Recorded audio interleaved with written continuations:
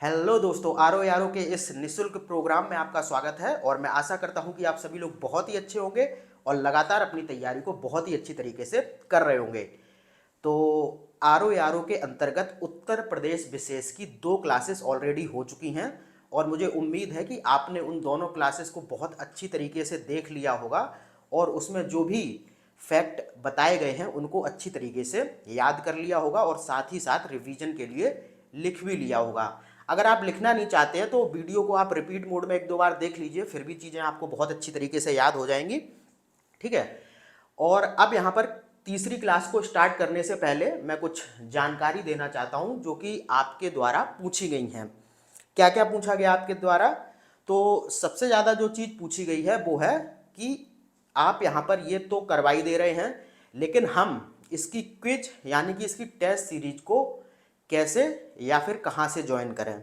ठीक है। तो सबसे पहले मैं आपको बता दूं कि एक तो हम लोग जिस तरीके से ये वीडियो क्लासेस निशुल्क हैं, इसी तरीके से टेलीग्राम पर भी एक निशुल्क क्विज डेली 5 बजे आयोजित की जाती है। ठीक है, जिसमें कि आपको 20 क्वेश्चन जीएस, कभी करंट अफेयर्स और कभी हिंदी से मिलते हैं। तो आप उसको भी ज्वाइन करिए। ठीक है, टेलीग्राम का लिंक आपको इस वीडियो के डिस्क्रिप्शन बॉक्स में मिल जाएगा।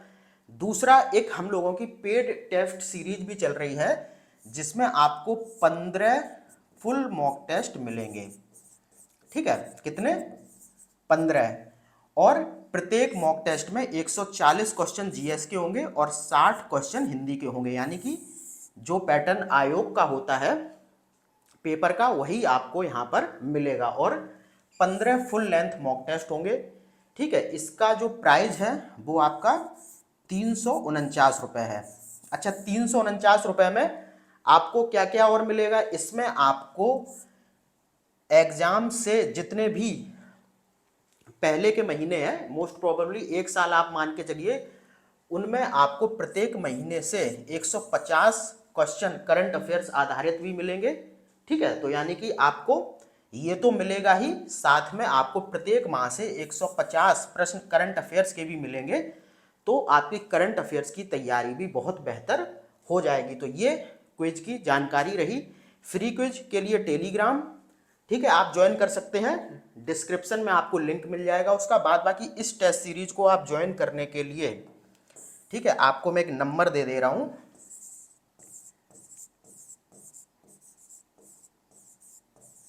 ये वाला 8630246905। आप इस पे कॉल या व्हाट्सएप के माध्यम से संपर्क करके इस क्विज को ज्वाइन कर सकते हैं, इस टेस्ट सीरीज को ज्वाइन कर सकते हैं। तो ये बात हो गई टेस्ट सीरीज और क्विज की। ठीक है, और टेलीग्राम आप वैसे भी ज्वाइन कर लीजिए क्योंकि इस वीडियो का लिंक आपको इसका या फिर बाद बाकी सभी वीडियोस के लिंक आपको वहां पर मिलते रहेंगे। डेली करंट अफेयर्स वहां पर फ्री में शेयर की जाती है जो कि एग्जाम के लिए अपने आप में संपूर्ण है। बाद बाकी फ्री क्विज वहां पर चल रही है और बहुत सी अन्य जानकारियां भी वहां पर शेयर की जाती हैं। तो आप टेलीग्राम तो जरूर ज्वाइन कीजिए। बाद बाकी अगर आपको इस टेस्ट सीरीज को ज्वाइन करना है तो ये नंबर मैंने आपको दे ही दिया है, आप व्हाट्सएप या कॉल के माध्यम से संपर्क करके इसको ज्वाइन कर सकते हैं। तो अब स्टार्ट करते हैं हम लोग उत्तर प्रदेश विशेष की तीसरी क्लास को। 2 क्लासें ऑलरेडी हो चुकी हैं, जिन्होंने नहीं देखी हैं वो सबसे पहले उनको देखिए, फिर यहां पर आइए। ठीक है, चलिए, तो आज हम लोग बात करते हैं उत्तर प्रदेश की नदियां और बांध के बारे में। ठीक है, तो सबसे पहले अगर हम देखें कि उत्तर प्रदेश की प्रमुख नदियां कौन कौन सी हैं, तो ये है गंगा, यमुना, रामगंगा, गोमती और घाघरा। तो ये 5 उत्तर प्रदेश की महत्वपूर्ण नदियां हैं। उसके बाद देखो, उत्तर प्रदेश में सर्वाधिक बीहड़ों का निर्माण किन नदियों के द्वारा किया गया है, तो वो किया गया है चंबल और सर्वाधिक बीहड़ों का निर्माण कहां पर हुआ है, तो वो हुआ है चंबल और यमुना नदी के तटों पर। आपको पता ही होगा कि चंबल यमुना की सहायक नदी है और ये तो सबको ही पता होगा कि भाई चंबल के आसपास बहुत से बीहड़ पाए जाते हैं, प्रसिद्ध भी है चंबल के बीहड़ और चंबल के डाकू। ठीक है, तो अब आगे बढ़ते हैं। तो जो सोन नदी है वो बघेलखंड क्षेत्र की प्रमुख नदी है। बघेलखंड क्षेत्र कौन सा है? जो उत्तर प्रदेश का वो वाला क्षेत्र है जो कि मध्य प्रदेश के पास में लगता है, यानी कि सोनभद्र जिला आता है और इलाहाबाद यानी कि प्रयागराज। तो सोन नदी बघेलखंड क्षेत्र की प्रमुख नदी है, ये आपको याद रखना है। और बघेलखंड में एक तो आपका आता है प्रयागराज, ठीक है, दूसरा आता है सोनभद्र। तो दो जिले बघेलखंड क्षेत्र में आते हैं। उसके बाद देखो जो उत्तर प्रदेश है और जो हरियाणा है उसकी सीमा का निर्धारण जो है वो निर्धारण किया जाता है यमुना नदी के द्वारा। यानी कि जो यमुना नदी है वो उत्तर प्रदेश और हरियाणा की सीमा को निर्धारित करती है या फिर उत्तर प्रदेश या हरियाणा की सीमा पर बहती है। आप मुझको बहुत अच्छी तरीके से सुनते रहिए और यहाँ पर चीज़ों को देखते रहिए, चीज़ें अपने आप याद हो जाएंगी। कोई बहुत ज़्यादा आपको टेंशन लेने की ज़रूरत नहीं है। आपको बहुत अच्छी तरीके से बस रेगुलर स्टडी करनी है, बस और कुछ नहीं करना है। और चीज़ें बाद के लिए नहीं छोड़नी है। ऐसा नहीं है कि आप सोचे कि नहीं मैं इन क्लासों को एक साथ तैयार कर लूँगा, ऐसा कुछ नहीं है। आप लगातार मेरे साथ बने रहिए और अगर आप लोगों का रिस्पॉन्स अच्छा रहता है तो एक सब्जेक्ट में और स्टार्ट करूँगा जिसकी क्लास मॉर्निंग में आएगी, ठीक है। तो यहाँ पर आप लगातार बने रहिए। उसके बाद देखिए एक बहुत फेमस जलप्रपात है बिंडम और टाडा। ये कहाँ पर है? ये मिर्जापुर में है, ठीक है। इनके संदर्भ में क्वेश्चन बहुत बार पूछा जा चुका है कि बिंडम और टांडा जलप्रपात कहाँ पर स्थित हैं, तो मिर्जापुर में, ठीक है। अब बात करते हैं गंगा में सर्वाधिक प्रदूषण की। तो उत्तर प्रदेश में गंगा नदी सर्वाधिक प्रदूषित होती है। कहाँ पर होती है? कन्नौज से लेके वाराणसी तक, ठीक है। क्योंकि कन्नौज और वाराणसी के मध्य बहुत से फैक्ट्रियां हैं, बहुत सी व्यापारिक चीज़ें लगी हुई हैं जिससे कि बहुत सा कचरा गंगा नदी में जाता है और इस क्षेत्र में गंगा सर्वाधिक प्रदूषित होती है। उसके बाद देखो गंगा में सर्वाधिक बीओडी मिलता है। कहाँ पर मिलता है ये? कानपुर से प्रयागराज के मध्य। बीओडी यानी कि बायोलॉजिकल ऑक्सीजन डिमांड। जब हम लोग पर्यावरण पढ़ेंगे तब उसमें देखेंगे कि आखिर ये बीओडी क्या होता है। अभी आप इतने ही समझिए कि गंगा में जो सर्वाधिक बीओडी मिलता है यानी कि प्रदूषण मिलता है वो कहाँ पर? कानपुर से प्रयागराज तक, ठीक है। उसके बाद एक क्वेश्चन यहाँ पर और है कि गंगा को राष्ट्रीय नदी का दर्जा कब दिया गया था? तो 2009 में, ठीक है। 2008 से 9 यहाँ पर लिखा हुआ है, आप ये ध्यान रखना क्योंकि आपको विकल्प में हमेशा 2009 मिलेगा। तो गंगा को राष्ट्रीय नदी का दर्जा 2009 में दिया गया था। चलिए आगे बढ़ते हैं। फिर देखो जो वाराणसी है वो सभी को पता होगा कि गंगा नदी के किनारे स्थित है। अब देखो क्वेश्चन आयोग ने कैसे पूछ लिया कि वाराणसी गंगा नदी के किनारे तो स्थित है लेकिन किस किनारे पर, दाएं या बाएं? तो फिर आपको ध्यान रखना है कि वाराणसी गंगा के बाएं किनारे पर स्थित है। बाद बाकी अभी हम लोग आगे देखेंगे कि किस नदी के किनारे उत्तर प्रदेश का कौन सा शहर स्थित है, लेकिन अभी आप ये याद रखिए कि जो वाराणसी है वो गंगा के बाएं किनारे पर स्थित है। उसके बाद देखो उत्तर प्रदेश में गंगा नदी बहती है तो कितने जिलों से होकर बहती है? ये मोस्ट इंपॉर्टेंट क्वेश्चन है। उत्तर प्रदेश में गंगा नदी 28 जिलों से होकर बहती है और आप सभी को पता है कि गंगा की जो कुल लंबाई है वो कितनी है? 2525 किलोमीटर के लगभग। लेकिन उत्तर प्रदेश में गंगा लगभग 1450 किलोमीटर में बहती है। यानी कि उत्तर प्रदेश में गंगा की लंबाई कितनी है ये आप नोट डाउन कर लीजिए। उत्तर प्रदेश में गंगा की लंबाई है 1450 किलोमीटर। बाद बाकी ये उत्तर प्रदेश में 28 जिलों से होकर बहती है। अब देखिए उत्तर प्रदेश की सर्वाधिक प्रदूषित नदी कौन सी है? तो ये हिंडन नदी है जो कि यमुना की सहायक नदी है, ठीक है। हिंडन आपको पता ही होगा, ये सहारनपुर में निकलती है, ठीक है। सहारनपुर से निकलती है। कहाँ से? मैं लिख देता हूं यहां पर इसको, सहारनपुर से, ठीक है। और यह यमुना में मिलती है कहां पर? नोएडा में। और आपको याद रखना है कि यह उत्तर प्रदेश की सर्वाधिक प्रदूषित नदी है। यह क्वेश्चन आपका आरओ यारो में पूछा भी जा चुका है 2017 या फिर जो री एग्जाम हुआ था 2016 वाला उसमें, ठीक है। उसके बाद देखो जो उत्तर प्रदेश में गंगा है वो कहां से प्रवेश करती है? बिजनौर से, ठीक है। कहां से प्रवेश करती है? बिजनौर से। और कहां से बाहर निकल जाती है?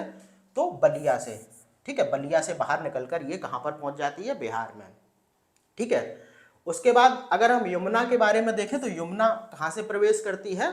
उत्तर प्रदेश में सहारनपुर से, और उसके बाद प्रयागराज में यह संगम में विलीन हो जाती है। संगम आपको पता ही होगा, प्रयागराज में है गंगा जमुना और एक विलुप्त नदी सरस्वती का वहां पर संगम माना जाता है, और इसी संगम में यमुना प्रयागराज में संगम में विलीन हो जाती है, और प्रवेश कहाँ से करती है? सहारनपुर से।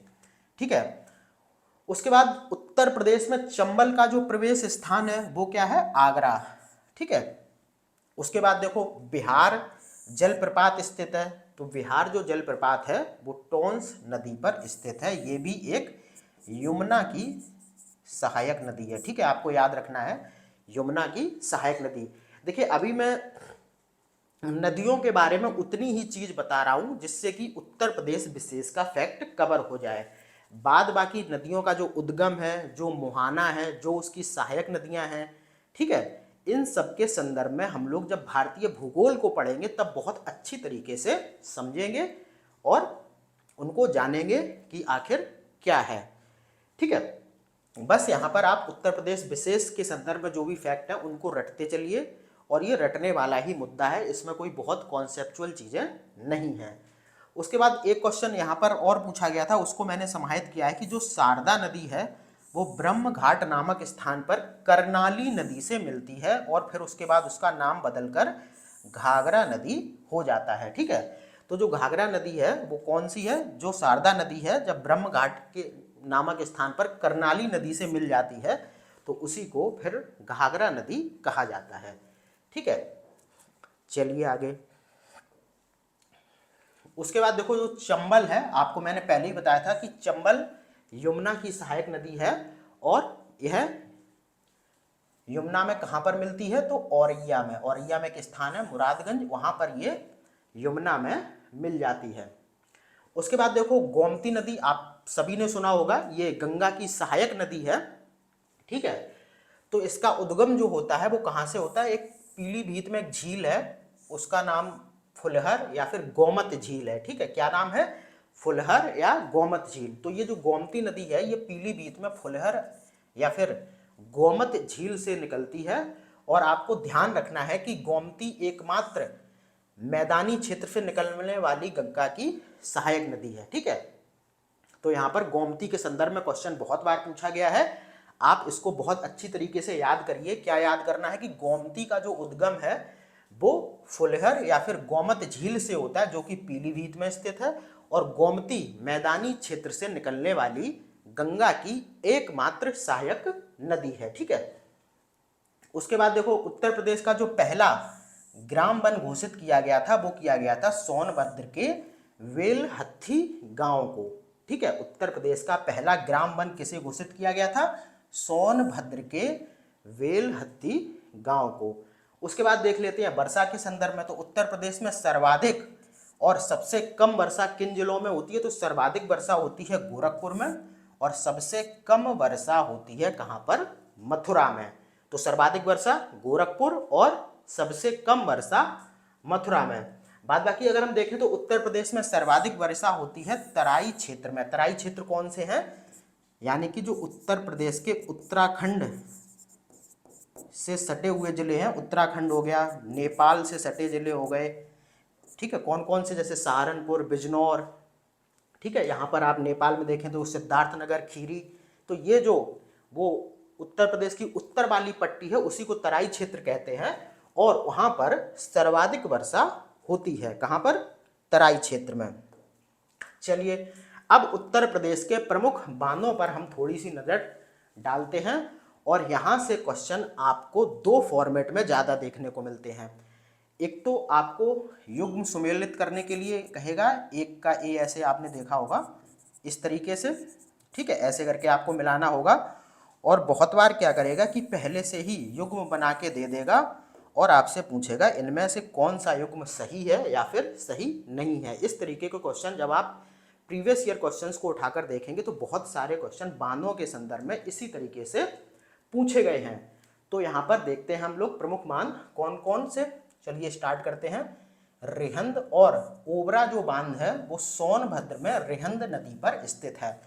आपको ये भी ध्यान रखना है कि बांधों के संदर्भ में सिर्फ दो तरीके की चीजें पूछी जाती हैं। एक तो वो स्थित कहाँ पर है, ठीक है, स्थान विशेष, और किस नदी पर स्थित है। ठीक है, दो चीजें आपको बहुत अच्छी तरीके से पता होनी चाहिए कि वो कहाँ पर स्थित है और किस नदी पर स्थित है। तो रेहंद और ओबरा जो बांध है वो सोनभद्र में रेहंद नदी पर स्थित है। उसके बाद अगला है राजघाट बांध, जो कि ललितपुर में स्थित है और कहां पर, बेतवा नदी पर। दोनों ही पूछे गए हैं, मोस्ट इंपॉर्टेंट है। तीसरा भी पूछा गया है माता टीला बांध। हर बार आपको उत्तर प्रदेश की किसी भी परीक्षा में आपको माता टीला के संदर्भ में क्वेश्चन जरूर मिलेगा, ये भी बहुत मोस्ट इंपॉर्टेंट है। तो माता टीला जो बांध है वो भी ललितपुर में बेतवा नदी पर स्थित है, राजघाट और माता टीला। उसके बाद देखो रानी लक्ष्मीबाई बांध, ये भी बहुत इंपॉर्टेंट है। जो रानी लक्ष्मीबाई बांध है वो झांसी में बेतवा नदी पर स्थित है। उसके बाद पारीक्षा बांध, ठीक है, ये भी झांसी में बेतवा नदी पर स्थित है। उसके बाद देखिए अर्जुन बांध, ये कहाँ पर है, महोबा में स्थित है, अर्जुन नदी पर। ठीक है, और इसके बारे में कुछ यहाँ पर एक आध दो फैक्ट भी हैं। इस बांध से एक नहर निकाली गई है जिससे कि महोबा और हमीरपुर जिले के क्षेत्रों की सिंचाई की जाती है। तो जो ये अर्जुन बांध है ये महोबा में अर्जुन नदी पर स्थित है, और इस बांध से जो नहर निकाली गई है उससे महोबा और हमीरपुर जिले के क्षेत्रों में सिंचाई की जाती है। उसके बाद मौदहा बांध है, ठीक है, ये हमीरपुर में बिरमा नदी पर स्थित है। ठीक है, मौदहा बांध कहाँ पर है, मौदहा बांध हमीरपुर में बिरमहा नदी पर स्थित है। ठीक है, उसके बाद कनहर बांध, ठीक है, कनहर बांध कहाँ पर है, सोनभद्र में कनहर नदी पर। ठीक है, उसके बाद बघेलखंड बांध है, ये बलरामपुर में जमुना हवा नदी पर स्थित है। ठीक है, तो ये टोटल रटने वाली चीजें हैं, इनमें कुछ समझना नहीं है, बस आपको रटते हुए आगे बढ़ जाना है। उसके बाद और बांध देखते हैं। तो सुकमा डुकमा ये भी पूछा जा चुका है, ये झांसी में बेतवा नदी पर स्थित है। ठीक है, मेजा बांध ये मिर्जापुर में बेलन नदी पर स्थित है। ठीक है, मेजा बांध मिर्जापुर में बेलन नदी पर स्थित है। उसके बाद काठी बांध जो है वो बिजनौर में रामगंगा नदी पर स्थित है। काठी बांध कहाँ पर स्थित है, बिजनौर में रामगंगा नदी पर। उसके बाद जिरगो बांध है जो कि जिरगो नदी पर मिर्जापुर में स्थित है। उसके बाद जामनी और सजनाम बांध, ये जामनी और सजनाम नदियों पर, जिस नाम से बांध है उसी नाम की ये नदियां हैं। ठीक है, और ये नदियां कहाँ पर है, ललितपुर में। ठीक है, अहरौरा बांध ये भी पूछा जा चुका है आपके एग्जाम में। ठीक है, ये मिर्जापुर में गराई नदी पर स्थित है। कहाँ पर, गराई नदी पर, और ये गराई नदी कहाँ पर है, मिर्जापुर में। उसके बाद रोहिणी बांध, ये ललितपुर में रोहिणी नदी पर स्थित है। उसके बाद देखो अडवा बांध, ये भी मिर्जापुर में अडवा नदी पर स्थित है। उसके बाद देखो औंझर बांध, ये चित्रकूट में औंझरी नदी पर स्थित है। औंझर बांध कहाँ पर है, चित्रकूट में औझरी नदी पर स्थित है। ये हो गया, तो ये हो गए सारे उत्तर प्रदेश के बांध। अब फिर से हम लोग देखते हैं कुछ और फैक्ट। तो जो सिंगरौली लघु जल विद्युत परियोजना है ये कहाँ पर स्थित है, ये है सोनभद्र में। ठीक है, सिंगरौली लघु जल विद्युत परियोजना सोनभद्र में स्थित है। अब देखो उत्तर प्रदेश की सबसे पुरानी नहर कौन सी है, वो है पूर्वी यमुना नहर। उत्तर प्रदेश की सबसे पुरानी नहर है पूर्वी यमुना नहर। अब उत्तर प्रदेश में कुछ हम लोग सिंचाई के साधन देखते हैं जो कि मुख्यतः प्रयोग किए जाते हैं। तो उत्तर प्रदेश में सर्वाधिक जो सिंचाई है वो नलकूप से की जाती है। ठीक है, उसके बाद नहरों से की जाती है, फिर तालाब और कुआं, और फिर अन्य सोर्स। ठीक है, तो अगर आपसे क्वेश्चन पूछ लिया जाए कि उत्तर प्रदेश में सर्वाधिक सिंचाई किससे की जाती है, तो वो की जाती है नलकूप से। नलकूप यानी कि ट्यूबवेल वगैरह। उसके बाद फिर सीधा नहरों से, और फिर तालाब कुआं, फिर जो सिंचाई के अन्य साधन होते हैं उससे। अब देखो बुंदेलखंड क्षेत्र आद्य कल्प की प्राचीनतम शैलों से निर्मित है। ये तो मैंने आपको पहले ही बता दिया था कि जो बुंदेलखंड क्षेत्र है या फिर जो बुंदेलखंड पठार है वो प्राचीनतम नीस चट्टानों से निर्मित है। वही फैक्ट यहाँ पर दोबारा आ गया है, तो आप इसको फिर से तैयार कर लीजिए। उसके बाद देखो कि जो उत्तर प्रदेश में निचली गंगा नहर है वो कहाँ से निकाली गई है। बहुत बार क्वेश्चन पूछा जा चुका है, तो ये निकाली गई है नरौरा से। ठीक है, नरौरा कहाँ पर है, बुलंदशहर में।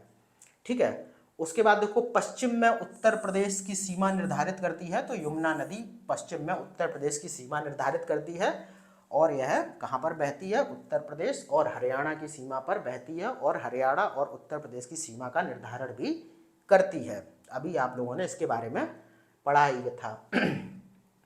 अब देखो उत्तर प्रदेश की सबसे बड़ी नहर प्रणाली कौन सी है, तो वो है शारदा नहर। ठीक है, सबसे पुरानी नहर की बात करें तो पूर्वी यमुना नहर, और अगर उत्तर प्रदेश की सबसे बड़ी नहर प्रणाली की बात की जाए तो ये शारदा नहर है। उसके बाद देखो जौनपुर में प्रवाहित होने वाली मुख्य नदी कौन सी है, तो जौनपुर में प्रवाहित होने वाली मुख्य नदी गोमती है, और गोमती नदी के किनारे ही जौनपुर है। ये क्वेश्चन भी बहुत बार पूछा जा चुका है।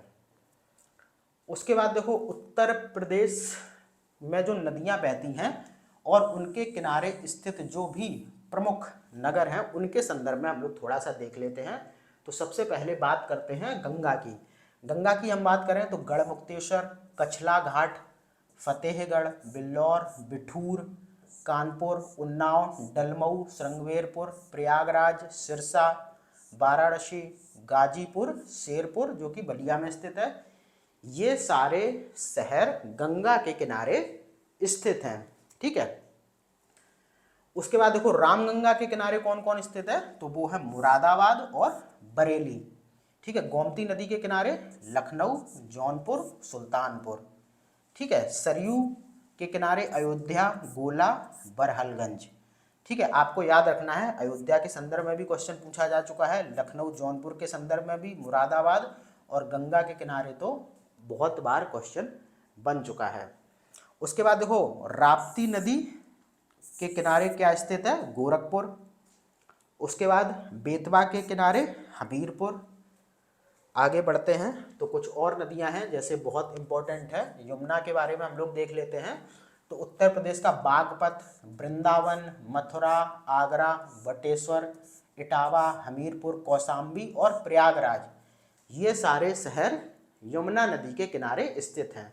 उसके बाद अगर हम लोग बात करें गाजियाबाद और मेरठ की, तो ये हिंडन नदी के किनारे स्थित है, और जो सोनभद्र है वो सोन नदी के किनारे स्थित है। प्रतापगढ़ सई नदी के किनारे स्थित है, और जो चित्रकूट है वो मंदाकिनी या पयस्विनी नदी के किनारे स्थित है। उसके बाद बांदा की अगर हम बात करें तो ये केन नदी के किनारे स्थित हैं। तो ये सारे उत्तर प्रदेश के प्रमुख शहर थे जो कि यहाँ की कुछ प्रमुख नदियों के किनारे स्थित हैं। उसके बाद आगे बढ़ते हैं तो आपने हथनी कुंड बैराज के बारे में सुना ही होगा, जिसे कि ताजे वाला बैराज, बैराज मतलब डैम यानी कि बांध, आपको कंफ्यूज नहीं होना है। ठीक है, जो हथनी कुंड बांध या फिर ताजे वाला बैराज है वो सहारनपुर के पास यमुना नदी पर बना हुआ है। ठीक है, आपको याद रखना है कि जो हथनी कुंड बांध है या फिर ताजे वाला बैराज जिसे कहते हैं वह सहारनपुर में यमुना नदी पर बना हुआ है। बाद बाकी हम लोग देख लेते हैं। यह किसकी संयुक्त परियोजना है, तो उत्तर प्रदेश, हरियाणा, हिमाचल प्रदेश, राजस्थान और दिल्ली, ये 5 राज्यों की संयुक्त परियोजना है। आप पांचों के नाम याद कर लीजिए, ये भी बहुत बार विभिन्न परीक्षाओं में पूछा जा चुका है। उसके बाद देखो उत्तर प्रदेश में राज्य विद्युत परिषद का गठन कब हुआ था, ये क्वेश्चन भी पूछा गया है। तो ये हुआ था 1959 में। उत्तर प्रदेश में राज्य विद्युत परिषद का गठन कब हुआ, 1959 में। उसके बाद आपको पता ही है कि उत्तर प्रदेश में एकमात्र परमाणु विद्युत केंद्र है जो कि कहाँ पर स्थित है, नरौरा, जो कि नरौरा कहाँ पर है, बुलंदशहर में। और यह कब स्थापित किया गया था, तो ये 1991 और 1992 के मध्य में स्थापित किया गया था। ठीक है, तो एकमात्र परमाणु विद्युत केंद्र बहुत इंपॉर्टेंट है, यहाँ से लगातार प्रश्न पूछे गए हैं। तो ये कहाँ पर है, नरौरा में, और नरौरा कहाँ पर है, बुलंदशहर में। और यह कब स्थापित किया गया था, तो ये किया गया था 1991 या फिर 1992। उसके बाद देखो उत्तर प्रदेश की जो पहली तापीय परियोजना थी वो कहाँ पर स्थापित की गई थी, हरदुआगंज में, और इसका नाम भी क्या है, हरदुआगंज ताप विद्युत परियोजना। बाद बाकी जो ये हरदुआगंज है ये कहाँ पर है, ये अलीगढ़ के पास में स्थित है। और यह जो पहली तापीय परियोजना उत्तर प्रदेश की थी, इसी रूस के सहयोग से स्थापित किया गया था। ये क्वेश्चन बहुत बार पूछा जा चुका है, ठीक है। तो इसको दोबारा से हम लोग याद करने का प्रयास करते हैं। तो जो उत्तर प्रदेश की पहली तापीय परियोजना थी वो कौन थी, हरदुआगंज ताप परियोजना। और यह किसके सहयोग से स्थापित की गई थी, रूस के सहयोग से, ठीक है। और ये जो हरदुआगंज है ये कहाँ पर है, ये अलीगढ़ के निकट स्थित है। उसके बाद देखो अगला हम लोग देखते हैं, तो उत्तर प्रदेश के जितने भी प्रमुख ताप विद्युत केंद्र हैं उनको हम लोग देखते हैं कि आखिर वह कहाँ कहाँ स्थित हैं। इसके संदर्भ में भी आपको युग्म सुमेलन के लिए क्वेश्चन बहुत बार देखने को मिलता है। तो जो आंवला ताप विद्युत परियोजना है वो बरेली में स्थित है। औरैया ताप विद्युत केंद्र औरैया में स्थित है। रेहंद ताप विद्युत केंद्र सोनभद्र में स्थित है। सिंगरौली ताप विद्युत केंद्र कहाँ पर है, सोनभद्र में, ठीक है। उसके बाद आगे बढ़ें तो ऊंचाहार ताप विद्युत परियोजना कहाँ पर स्थित है, ये है बरेली में स्थित। वहीं पर टांडा ताप विद्युत केंद्र की बात करें तो ये अंबेडकर नगर में स्थित है। और दादरी ताप विद्युत परियोजना गौतम बुद्ध नगर में स्थित है। तो ये उत्तर प्रदेश की प्रमुख ताप विद्युत परियोजनाएं थी, ठीक है। और आज की क्लास में इतनी ही चीज़ें हम लोग करते हैं। तो ये आपकी हो गई उत्तर प्रदेश विशेष की तीसरी क्लास भी कंप्लीट। आप लगातार वीडियो को देखते रहिए और बाद के लिए कुछ मत छोड़िए, लगातार मेहनत करते रहिए। और देखो आपको एक चीज़ ध्यान रखनी है कि विज्ञापन लगभग 200 से 250 सीटों के बीच में आएगा, ठीक है। और 2 साल से आप सुन ही रहे हैं कि विज्ञापन अब आएगा अब आएगा, तो बहुत से अभ्यर्थी बिल्कुल मुंह खोले इस वैकेंसी के इंतजार में बैठे हैं। तो आप इतना तो मान के चलिए कि अगर आप थोड़े से भी कमज़ोर पड़े तो आप इस परीक्षा से अपने आप बाहर हो जाएंगे। तो मेरा कहना यही है, लगातार मेहनत करते रहिए, लगातार लगे रहिए, पढ़ते रहिए, टेस्ट सीरीज सॉल्व करते रहिए, ठीक है। तो फिर मिलते हैं उत्तर प्रदेश विशेष की चौथी क्लास में। तब तक के लिए धन्यवाद।